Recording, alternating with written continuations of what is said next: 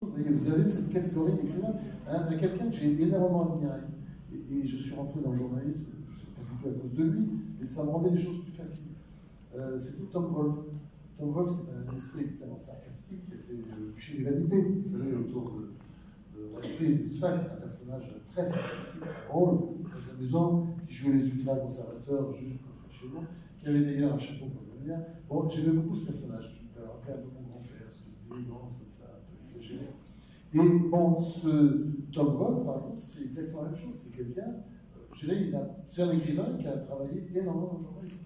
Quand on lisait ces articles publiés par les grands journaux, ce n'étaient pas des articles de journalistes, c'était des articles d'écrivains. Ce qui entend que, voilà, il peut y avoir un rapport un peu étrange avec la réalité. C'est en ça que je suis complètement schizophrène, c'est que quand on écrit un article, on vérifie tout. La couleur de la cravate, par exemple, dans Le Monde, récemment, il y avait un article sur quelqu'un que je connais bien, Kamel Daoud, pour ne pas le citer, et dans l'article, il était sans arrêt dit fumé. J'ai vu du longtemps sidéré parce qu'il me dit, mais je ne comprends pas, il y a une page où je fume tout le temps, je dois fumer 5 clopes par article, je fume, il remet sa cigarette et tout. Je ne sais pas où il disait, jamais vu.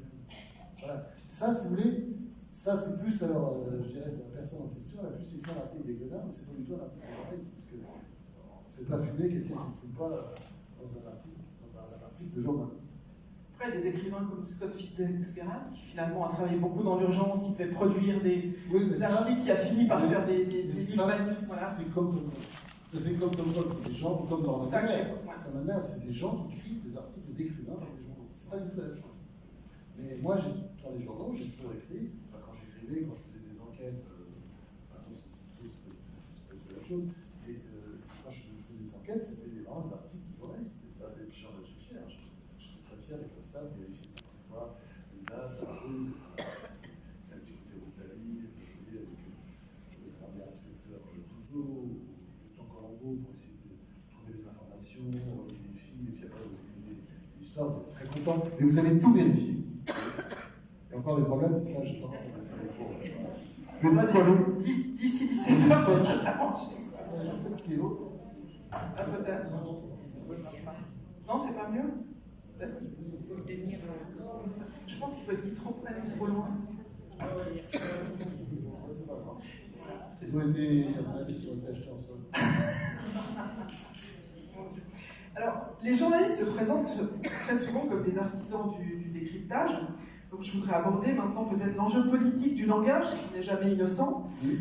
Le langage résulte d'un choix politique, qui est en général celui que le journaliste estime être le camp du progrès ou le camp du bien.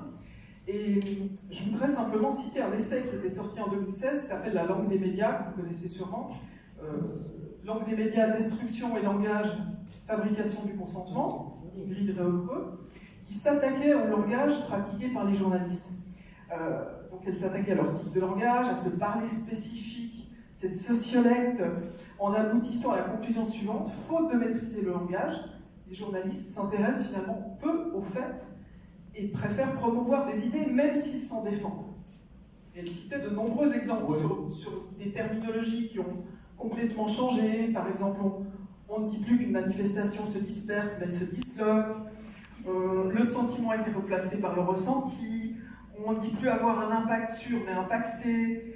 Les violences se font en marge des manifestations alors qu'elles les accompagnent. Donc tout ça, ça a forcément une incidence. Ouais, ce que vous dites là, j'ai lu ce livre, c'est vrai que ça dénonce une dérive, disons, un peu calcul, je ne vais pas essayer de dire les choses, mais qui est une dérive culturelle de la société, puisque les femmes de ménage, les gens d'entretien, enfin, tout ça, on sait tout ça. Il y a une espèce d'affadissement général du langage. Et alors, je vais faire juste un moment la défense des journalistes, parce qu'en fait, on a besoin de ça. Quand on écrit très vite un article de 20 signes, justement, en une journée, en même pas une journée, puisqu'il faut rendre à 18h pour que ça puisse être publié dans le quotidien du lendemain, et bien, forcément, il y aura beaucoup de tics de langage, énormément. Et ces tics-là, bon, c'est des tics qui sont des tics de l'époque, puisque vous ne les trouverez pas 20 ans plus tard, et ils n'existaient pas 20 ans plus tôt. Donc ça, elle a bien relevé tout ça. Puis je veux dire, il y a des clichés, quoi. Par exemple, le truc classique dans la presse, c'est toujours très amusant, c'est la crise. Bon, je veux bien qu'il y ait une crise entre 2008 et 2009, puisqu'il y a une sorte de récession, il y a une petite récession, et puis il y a une perte de pouvoir d'achat pour beaucoup de catégories sociales. Et si on regarde sur le long terme et qu'on lisse bien, c'est vrai qu'il y a toujours des inégalités en France, mais grosso modo, le pouvoir d'achat a augmenté pour l'essentiel des catégories sociales. Enfin, c'est un fait économique. Bon, et ben, vous aurez toujours dans la presse, c'est la crise. Vous voyez, il n'y a pas de crise, Coco. C'est fini. Enfin, la situation n'est pas bonne pour tout le monde. Je suis pas en train de dire que ça va très bien, que on vit dans le meilleur des mondes, mais pourquoi est-ce que les journaux aujourd'hui, c'est la crise? Tout le temps, tout le temps. Donc, qu'est-ce qui se cache derrière? C'est toujours à cause de la crise. Non, c'est pas une volonté. On peut dire que c'est une volonté politique, on peut dire aussi que c'est juste de la culture, il y a le côté perroquet qui est très important. Et si vous voulez, pour résumer un peu la situation, moi je pense que le journalisme, ça a longtemps été l'enquête. J'ai vécu là-dedans, je suis arrivé là-dedans. Moi je suis arrivé au Nouvel Observateur, je me souviens, en 1971. Pour moi, c'était le journalisme, je voulais faire l'enquête. C'était mon rêve, quoi. Je voulais être écrivain déjà, j'écrivais mes romans de mon côté, mais je voulais faire des enquêtes. Aujourd'hui, le journalisme, vous savez très bien, c'est faire la morale. On est passé dans un autre truc. Et donc, vous écoutez certains radios ce matin, vous lisez certains journaux, ce sera toujours, il y aura deux colonnes, les gens qui sont gentils, les gens qui sont méchants, le camp du bien, le camp du mal. Et donc, ça, à mon avis, c'est ce qui provoque un peu d'ailleurs une certaine désaffection de la presse, puisque les gens, les lecteurs n'ont pas forcément envie d'acheter un journal pour savoir ce qu'ils doivent penser sur ceci, sur cela. Moi, j'ai travaillé dans des journaux, et c'était vrai au Nouvel Observateur, c'était vrai au Figaro, c'était vrai au Point, j'ai dirigé 14 ans, je travaillé 17 ans, j'ai travaillé 12 ans au Figaro. Bon, on donnait toujours la parole à l'autre, on n'en avait rien à foutre.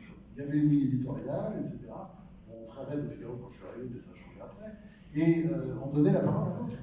Il n'y avait pas de problème. Puis, au lecteur, de se faire sa petite vérité tout seul dans son coin, et puis au lecteur même d'être irrité, de passer à autre chose. C'est-à-dire qu'aujourd'hui, c'est vrai qu'on a quand même, c'est la morale, l'invasion que Nietzsche appelle la moraline, c'est-à-dire une sous-morale, une morale de la bonne conscience pour se valoriser un peu dans la société, prétendre qu'on a un rôle, etc. Et du coup, si vous voulez, on fait de la morale. Je pense que ça, c'est un des problèmes. Quand on fait mal politiquement. Attendez, je ne dis pas qu'il ne faut pas faire la morale. Attendez, je crois à la morale. Mais je dis simplement que la fonction du métier, c'est quand même plutôt d'aller chercher la vérité, quelle qu'elle soit, sous le verso. Et en même temps, la vérité, parfois, se contredit. C'est-à-dire faire un peu ce que font pratiquement aucun journal aujourd'hui. C'est-à-dire quand quelqu'un qui a été accusé méchamment, en fait, est innocent, ne pas hésiter à le rappeler, dans les mêmes caractères. Il y a très peu de journaux qui font ça aujourd'hui. Franchement, moi j'ai vécu un temps où on le faisait un peu. C'est-à-dire, je pense toujours à un politique qui s'appelle Jacques Toubon. Il y a eu 4 mises en examen, simultanées, c'est une opération, évidemment. 5 mises en examen. Évidemment, ça fait des gros titres, c'était énorme. Il a perdu tous ses mandats électoraux les uns après les autres. Après, il a eu, je ne sais plus, j'ai dit 5 ou 4, enfin, il a eu 5 non-lieux. C'est-à-dire, c'est fini. Sauf que quand il a eu ses non-lieux, ça faisait une ligne dans certains journaux, et encore, et à peine, et même pas dans certains journaux, il n'y avait rien du tout. Et ça, c'est vrai que là, c'est la vraie morale. Vous voyez ce que je veux dire? Ça ne consiste pas à dire lui gentil, lui méchant, lui gentil, lui méchant. Et qui s'intéresse? Vous voyez? Là, je crois que le lecteur, il ne faut pas le considérer comme un imbécile, qu'on doit materner, qu'on doit dire comment il faut penser. Le lecteur, il faut le respecter et lui donner toutes les cartes. En même temps, qui analyse vraiment maintenant le discours du journaliste? Parce que analyser le discours d'un journaliste, c'est mettre à jour l'inconscient finalement collectif d'une société, c'est de voir ce qui se cache derrière. Et vous avez raison, mais c'est très bien fait, il faut le faire en permanence. Le journaliste ne peut pas le faire lui-même, avoir cette capacité. Oui, on est certains d'entre nous, on n'est pas très nombreux, mais moi j'accepte volontiers l'autocritique et j'ai commis beaucoup d'erreurs et je ne suis vraiment pas le seul. Hein, et je crois qu'il faut faire ça. La France est un pays quand même très bizarre où il y a toute une série de professions qu'on n'a pas le droit de critiquer. Je pense que la critique disparaît aussi, ça va, ce que je disais sur la morale, puisque le fait qu'il y ait moins de philosophie aujourd'hui enseignée à l'école, c'est formidable la philosophie, parce qu'on apprend l'esprit critique. Et l'école, ça doit apprendre l'esprit critique et non pas gober tout ce qu'on veut vous faire avaler. Et l'esprit critique, pour moi, c'est absolument fondamental. Et c'est vrai que sans esprit critique, on rentre dans un système où voilà, tout est est tiède, tout est mou. C'est ça le problème. Et je crois que c'est vraiment un des problèmes de la presse aujourd'hui. La presse française, parce qu'il y a une autre presse qui est moins malade, qui est plus cynique, par exemple. Je pense que le New York Times, c'est un journal d'ailleurs qui a réussi très bien aux États-Unis grâce à Trump, parce qu'il est devenu un peu anti-Trump aux États-Unis. Il se sert les coudes, évidemment, puisque c'est le cercle vicieux, puisque plus le New York Times attaque Trump, plus Trump deviendra populaire. Mais en même temps, le New York Times se fait des couilles en or. C'est-à-dire, il marche très bien en attaquant Trump, qui souhaite évidemment être attaqué par le New York Times. Parce que plus on est attaqué par la presse aujourd'hui, plus on est populaire. C'est la suite un peu de ce que je vous disais par rapport. Oui, parce qu'il y a une sorte de rejet aussi en même temps. Ça, il faut qu'on en soit conscient.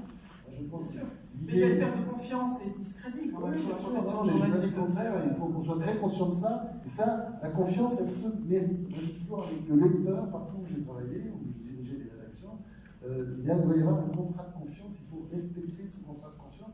Et respecter ce contrat de confiance, c'est d'abord respecter le lecteur.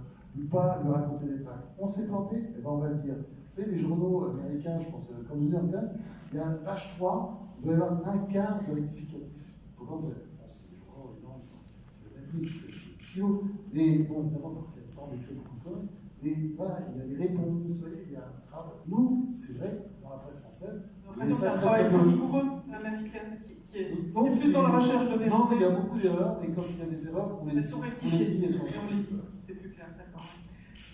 Est-ce que, on disait la discrédit sur le métier de journaliste, les gens ne croient plus à rien ni à personne, c'est un peu ni le journaliste. On est plus populaire que les plus Peut-être, oui.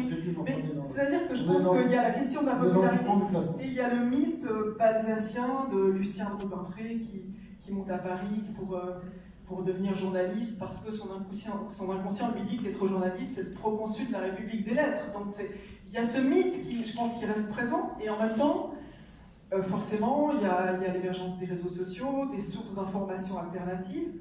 Alors, est-ce que c'est un risque, dans le sens où les gens ne croient plus rien, personne, ni le journaliste, ni celui qui le questionne?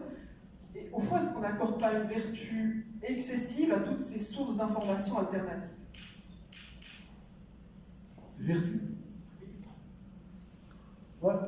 Je ne suis pas choqué par contraste avec le discrédit sur le... Voilà. Bon, de toute façon, il y a un réel discrédit. Et la presse, je pense que pour se faire respecter, ce qui n'est pas le cas aujourd'hui, il faut qu'elle se retravaille, qu'elle se refonde et qu'elle revienne à des vraies valeurs. C'est-à-dire l'idée que le journaliste, il est mettre à bord dans son journal, il peut écrire n'importe quoi, se lancer dans n'importe quel combat, de toute façon, il n'y aura pas de compte à rendre, comme le juge d'instruction. Il libère le fichier S, absolument, on n'a pas le droit de savoir ni son nom ni rien, puis de toute façon il sera promu, il sera dans la prochaine promotion, il n'y aura pas de problème. Ça, c'est pas simple pour une société, le juge il doit avoir des comptes à rendre, et le journaliste il doit avoir des comptes à rendre. Le journaliste, c'est vrai qu'il peut se tromper à longueur de journée, si les titres sont un peu commerciaux, je parle plutôt d'ailleurs pour les radios ou les télés, finalement ça finira par marcher, parce que c'est ça quand même. Vous parlez des luttes des coups agressives. Non, mais ça c'est un peu fini parce que on n'est plus là-dedans avec l'évolution de la presse. Mais je parle plutôt là de la télé ou des radios, l'agressivité quand même. Voilà, ça m'amène à... Qu'est-ce que vous pensez du terme d'hystérisation du débat? Qu'est-ce que c'est l'hystérisation du débat? On nous passe ça en boucle tout le temps. Si ces gens-là ont vu les émissions de Pollack des années 90, mais on parle d'hystérisation du débat. Et que c'est agréable d'être interviewé par quelqu'un comme vous. Parce que c'est. Non, je veux dire, vous m'enlevez de la bouche, parce que c'est évidemment des mots comme ça, hystérisation du débat, mais Coco, t'es des camps, t'as pas vu avant ce qui se passait? T'as entendu parler, ou je sais pas, ils n'ont pas entendu parler de Georges Marchais, ou de Maurice Thorez? Oui, des débats où on se balançait des cendriers à la figure, et des années 30, enfin c'est complètement con, l'hystérisation du débat. Et les débats. Où les gens s'insultaient. Bien sûr. Et puis parfois dans certains pays ils se battent. Regardez l'Italie, c'est arrivé. En Russie, j'en parle pas. Alors, il y a carrément des risques. Vraiment, ils vont aux mains, il y a des millions qui sont donnés. Donc l'hystérisation de débat, ça c'est encore un mot journalistique absurde. Parce que oui, les débats sont très souvent hystériques, mais il n'y a pas qu'en France, et c'est depuis toujours. Regardez les débats à la Chambre des communes. C'est honteux ce qui se passe en France. Et regardez, c'est une belle démocratie, c'est certainement la plus belle démocratie du monde, c'est la démocratie britannique. Parce que nous, c'est bien, enfin bon, il y a quelques trucs qui vont pas. Et la démocratie britannique, très vieille, hein, il ne parle pas de 6e République, de changer les règles sans arrêt, etc. Bon, vous entendez à la Chambre des communes des débats, mais je vous conseille de faire ça, et c'est horrible. Comment ils se traitent, comment ils se parlent. Moi, j'avais un grand bonheur autrefois, c'était quand John Major, qui est le traître qui fait tomber Margaret Thatcher, était Premier ministre. Bon, il y avait sans arrêt des joutes pratiquement tout le temps à la Chambre des communes avec Tony Blair, qui était le travailliste qui montait. C'était formidable. Mais c'était une violence incroyable. Pourtant, c'est la démocratie. Après, ils se serraient la main, ils se parlaient, et on les voyait côte à côte. Et ils se disaient leurs quatre vérités. C'est bien en France que je trouve qu'il y ait de temps en temps un peu de violence dans le débat. Bien sûr. Ça évite la violence dans la rue, si vous voyez ce que je veux dire.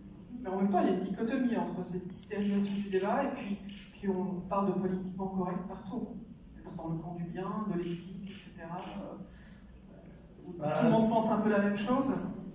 C'est pas tout à fait bon. Je pense que le fait qu'on pense un peu la même chose, ce qui était le cas par exemple entre John Major et Tony Blair, n'empêche pas qu'on peut avoir des différends profonds et qu'on a envie de les défendre le plus possible avec une certaine violence verbale. Ça n'empêche pas. Je pense que le problème du camp du bien et du camp du mal, comme vous voulez, ça veut dire que effectivement le journalisme a été mis comme dans un rayon, enfin c'est l'épicerie, quoi, vous voyez, vous avez des rayons, et ça c'est bien, ça c'est pas bien, etc. Et c'est détestable. Et on comprend très bien le problème que rencontre aujourd'hui un certain nombre de journaux qui sont là-dedans et qui ne comprennent pas. Parce que les journalistes pensent que c'est comme ça qu'il faut faire.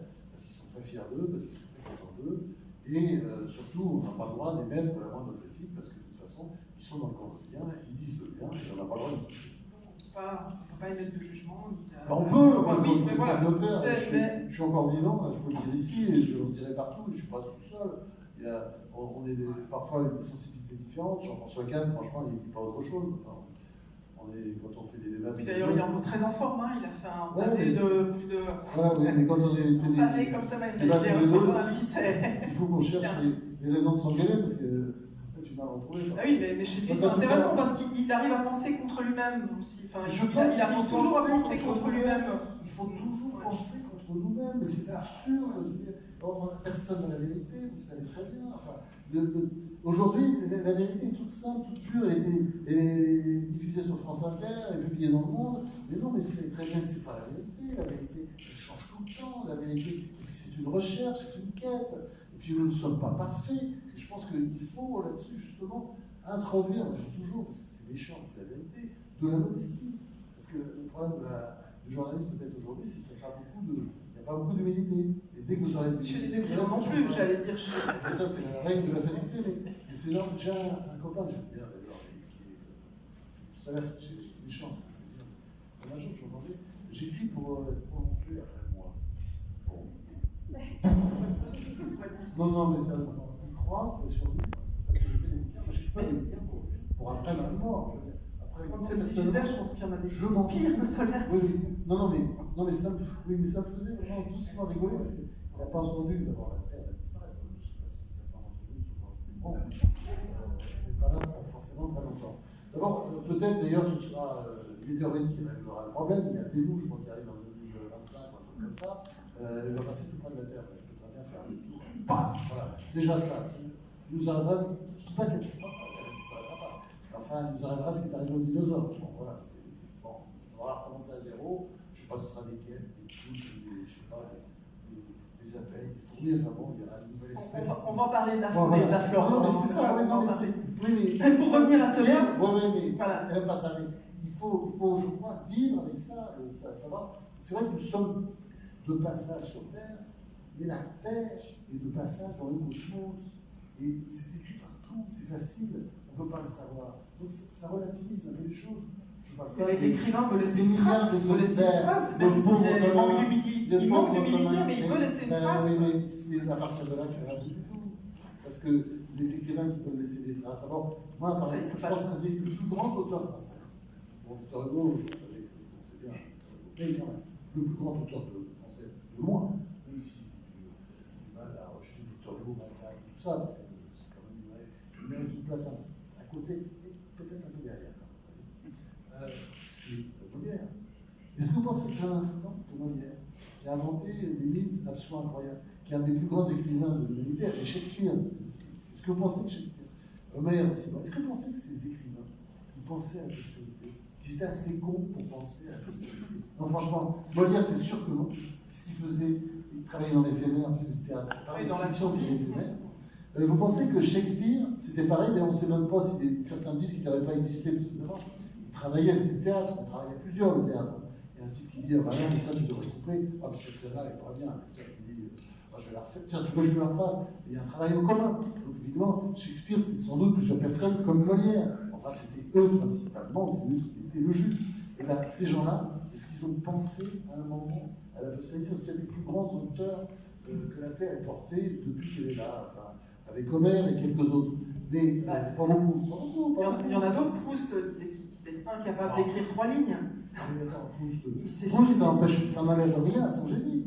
Et sa trace, je suis désolé de vous le dire, ça relativement courte.